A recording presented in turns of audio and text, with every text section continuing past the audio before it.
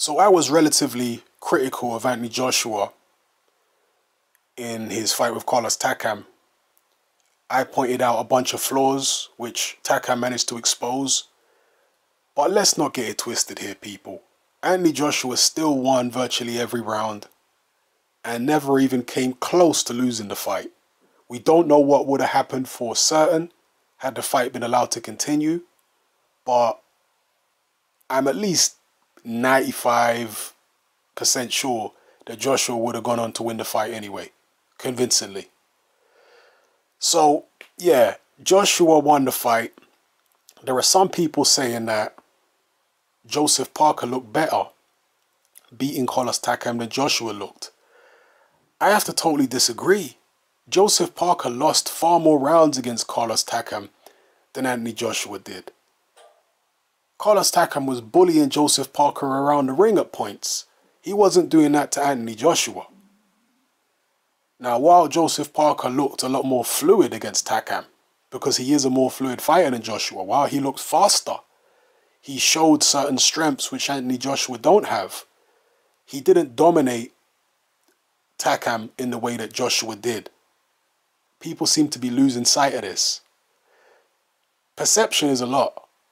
And the perception that most people, including myself, had going into this fight is that Joshua would blow Takam away. That's what I expected. Now, the way the fight played out, it shocked a lot of people and they thought, well, okay, Joshua's a hype job, he's this, that, and the other. That's the way they saw it. The way I saw it is, he's certainly not a hype job. He's a very good fighter. He's one of the best fighters in the world.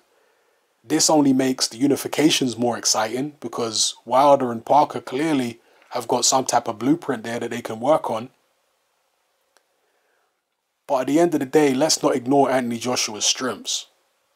And one of his strengths is his strength. The guy is tremendously physically strong. A lot of people don't talk about this.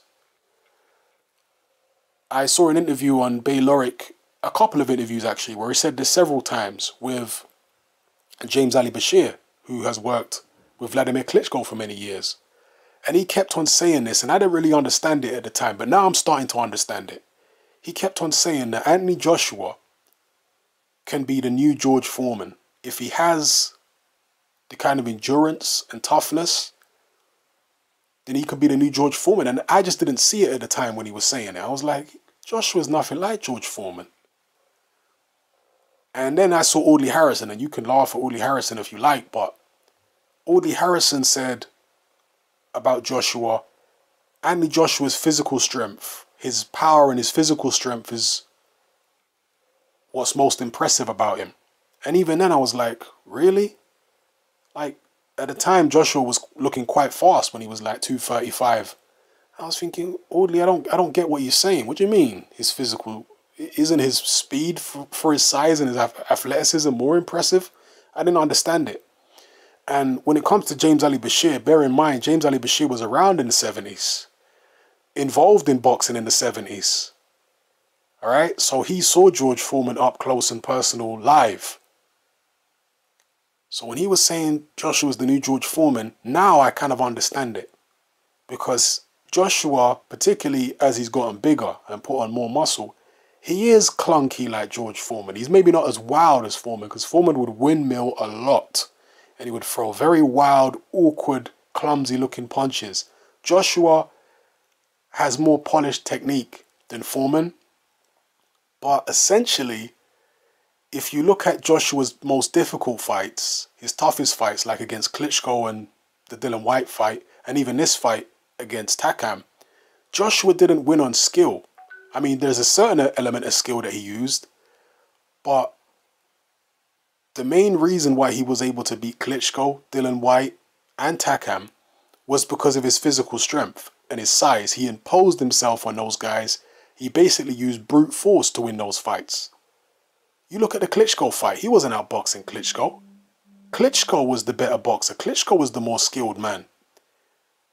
But when Joshua decided to turn on the heat and impose his physical strength and size and brute force on Klitschko, he had him on the floor.